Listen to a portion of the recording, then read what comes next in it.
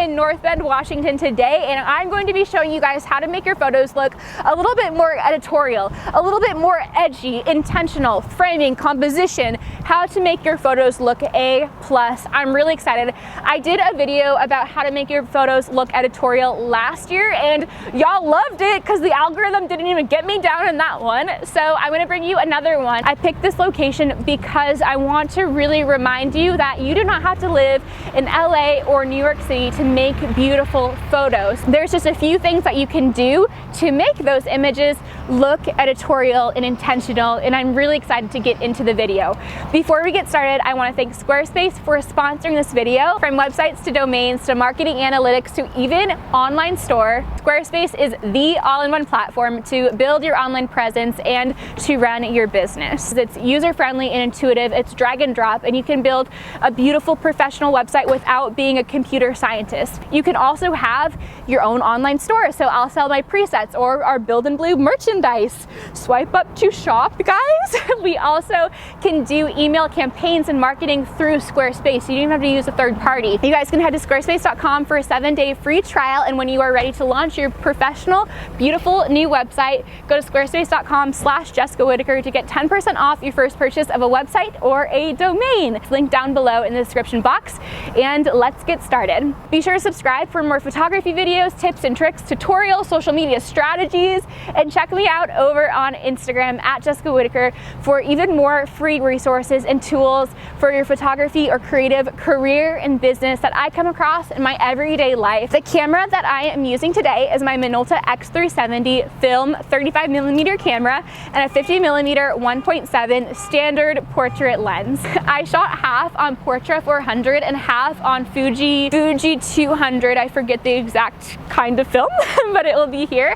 And these are two great films to start out with in photography if you're just getting started in film. Now, this isn't a film tutorial, but I have one that I'll link up here on an iCard, and I'm shooting half film, half digital, which is always a good idea when you're starting out. I've only been shooting film about 6 months or so. If you guys are interested in seeing the full set of images, click the link down in the description box. That's gonna have all of the information, and let's get started. First location, first tip. But first, this is Taylor. Hello, everyone. Taylor is our wonderful model. She came all the way from Spokane. Mm-hmm. Do you know how far that is? Like a 7-hour flight. You guys can go check out Taylor's Instagram. Everything will be linked down below in the description box. Go give her a follow. She's so talented, so amazing, and we're gonna have a good time. We found this, just like a little location scouting vibe. We're gonna go back to that blue, like, container pod thing. Come on back, this isn't sketchy location at all. And peep the Build and Bloom sweatshirt. Buildandbloom.co to purchase. Whoa, watch out, sorry. We have a cord because I'm on a budget, and we've almost tripped over it like 5 times. So I'll take the cord, don't worry, follow me. Wow, this is a vibe, wow. Oh, okay. I hope that doesn't break up. Okay, our first tip. Shoot from a low angle for these close-up portraits and have your model like lean into the frame. This will add movement to your photo. I really notice a lot of photographers who are fashion photographers, bloggers even, shooting with these wide lenses, low angles, and it just really makes everything look like really tall and elongated. But I think that you can incorporate this into portraits by using just a standard portrait lens. Oh, I'm out of breath. The wind got knocked out of me. You can still use a traditional 50mm. You can use You can still use a traditional 50mm lens for this, but just shoot a little bit lower. However, though, how am I gonna make that be flattering? It's all about paying attention to the angle. So if your model's leaning into the shot and I'm shooting from below, you're gonna want her to like lift the chin up, or you're gonna just wanna make minor adjustments and be really mindful of that. It's pretty simple to make sure everything is flattering as long as you're being intentional and keeping your eyes out for that. So I'll show you guys what I mean. I'm shooting half film, half digital. So I love this because we get a little bit of the sun coming through, even though we're in the shade. life in the shade. So one thing is with these portraits, I don't want to have the lines in it so much. So the further away Taylor scoots from the backdrop, the more compressed and blurry it will be, and the less it will look like we're in front of a ski store's Garage storage system. Yeah, actually gonna have you scoot back just because I don't have, it's not that tall. So in this case, we're still, actually, sorry, I'm like so vague. I'm like, stand there. Okay, perfect.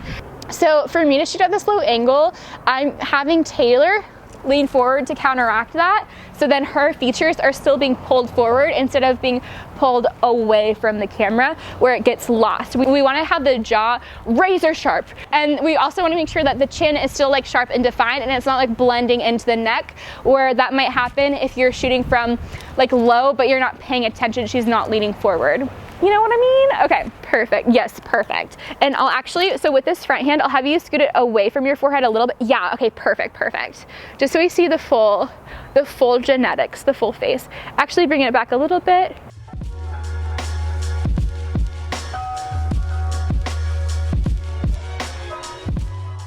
Oh my gosh, amazing. Okay, now have you have both your hands down? I'm just gonna do a close up. Because the light right now, you're going to have a heart attack when you see how amazing you look. Okay, 3, perfect. Switch to digital just in case the roll somehow, knowing me.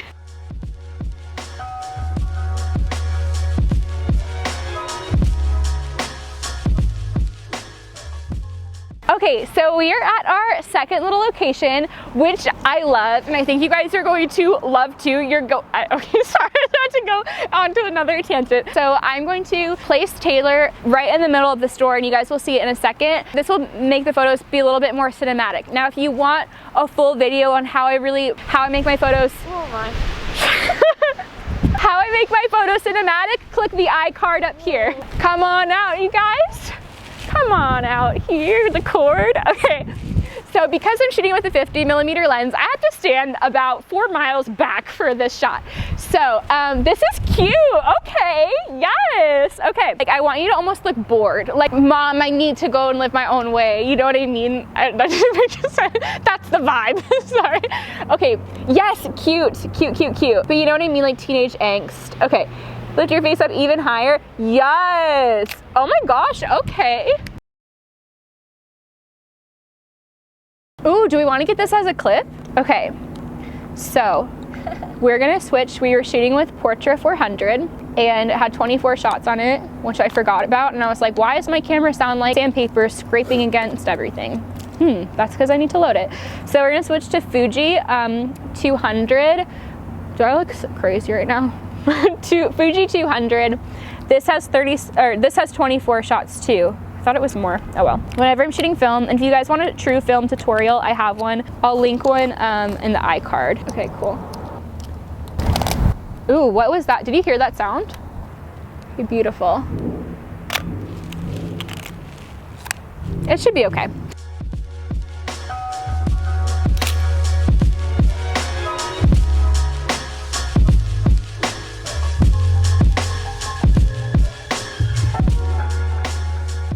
Have to do digital for most of this. I think I'm gonna have, sorry, oh sorry, the cord is literally slowing us down. I need to make an investment in a cordless one ASAP. Okay, so Taylor, I'm gonna have you actually scoot out a little bit. Perfect. Here, loop the cord over. Loop this over. They love this content, they love it. Okay, perfect. Okay, perfect. Oh my goodness. Okay, cute. Now let's just do them by your side, like down, and maybe like kind of, maybe grab your wrist. Yeah. Oh, actually I love like adjusting your hair looking that way, and then with your front hand, bring it down a little so I see your jaw.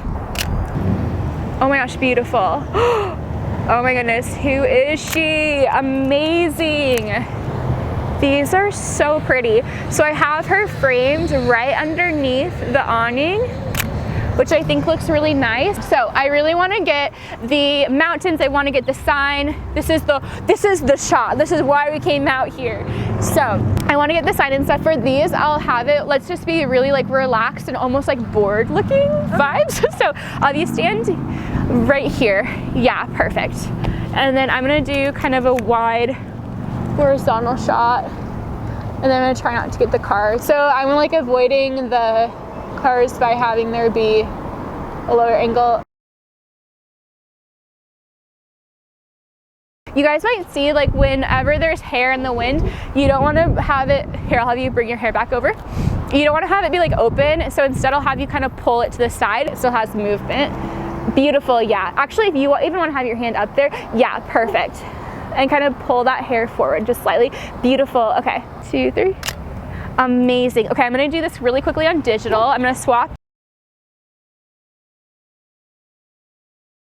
Okay, so we are out here in front of the restaurant. We just did some kind of by the sign, and I'm just going to be framing her right underneath this awning. Paying attention to your framing composition is a really great way to make your photos look a little bit more editorial because it's very intentional. You're putting a lot of effort into those little details, which will make your photograph stand out amongst the rest. Hi, okay, sorry, Taylor. Okay, beautiful. Oh my gosh, beautiful. 1, 2, 3. Perfect. Oh my gosh, queen. You are killing it. You are doing so good. So good. Vogue is calling now. They demand that we have a phone call, but we're in the middle of the shoot, so sorry. I have to call back. Okay, beautiful. The light is so pretty and so soft, and actually one of my original tips was like shoot during direct sunlight. It will make your photos really edgy, intentional, harsh, editorial, fashion. Yes, strike a pose.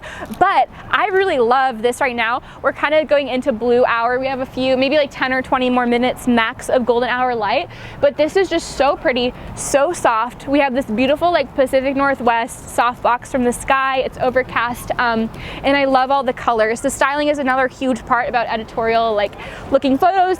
I really like to do lately like primary colors. I like to match the colors of the outfit to the surroundings because I think that again can look very editorial and intentional.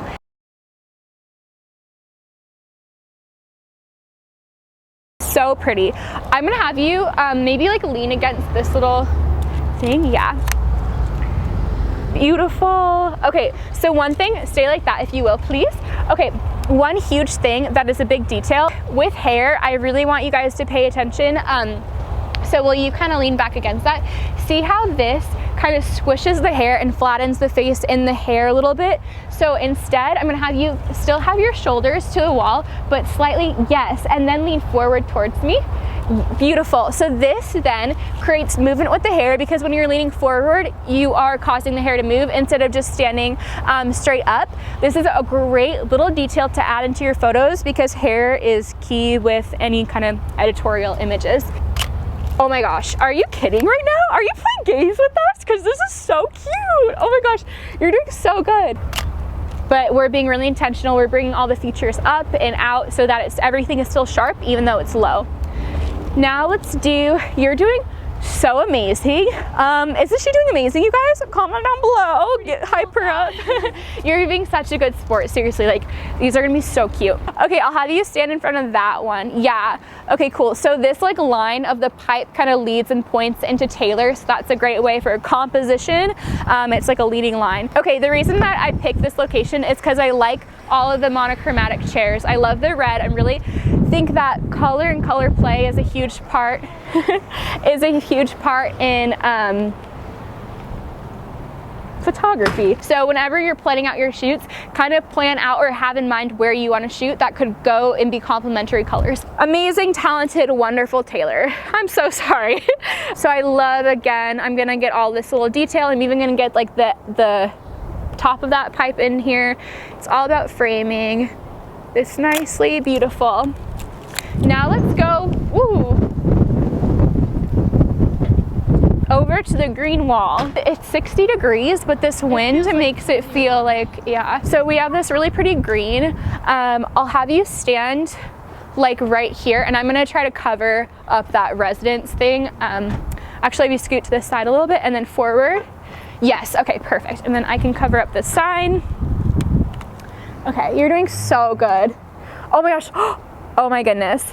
This is beautiful. And since we're using the Fuji film, which is like, makes a really cool green, this will look beautiful. So I'm gonna have you, with this hand, kind of pull your hair forward and we'll just kind of keep it. Oh my goodness. Tilt your face down slightly.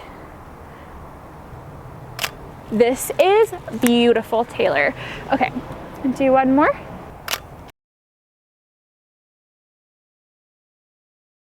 Another thing that you can do to make your photos look more interesting is to like bring in the hands to the photo.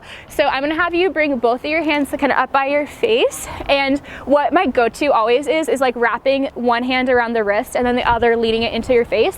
And now I'm gonna have you slide your hands down so you get all the nails and even kind of curl. Yes, perfect, perfect. That just adds such a pretty detail. Beautiful, oh my goodness, oh my gosh. You're killing it, you're doing so good.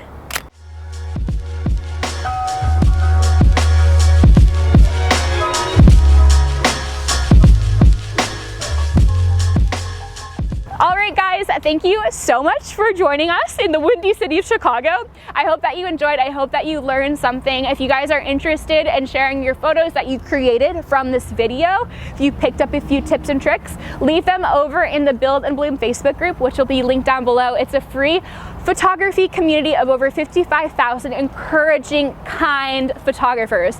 Make sure to subscribe for more photography videos, tips, and tricks. And if you're interested, you guys can go find me on Instagram for daily free resources and tools to build your photography business. I love you guys so much, and I'll see you in my next video. Bye.